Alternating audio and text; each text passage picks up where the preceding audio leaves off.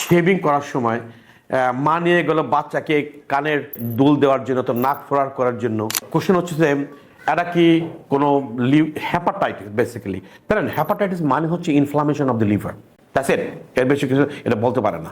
তো আপনার কোশ্চেন হচ্ছে যে এগুলি করলে কোনো চান্স আছে কিনা একটা লোকের hepatitis develop করার? Answer is yes, definitely.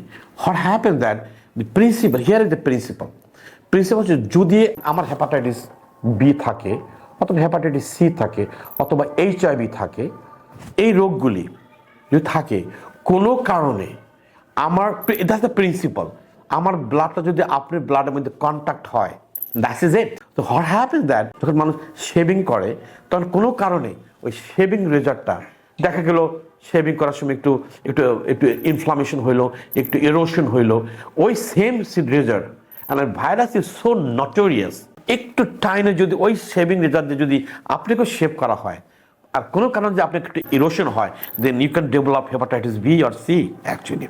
So your answer is yes, যে shaving pierce of the nose অথবা ইয়ার পিয়ার্স যে করা হয়, এগুলি যখন যদি প্রপার টেকনিক্স হিসাবে যদি না করা হয় তাহলে people develop this disease by getting the virus in the blood.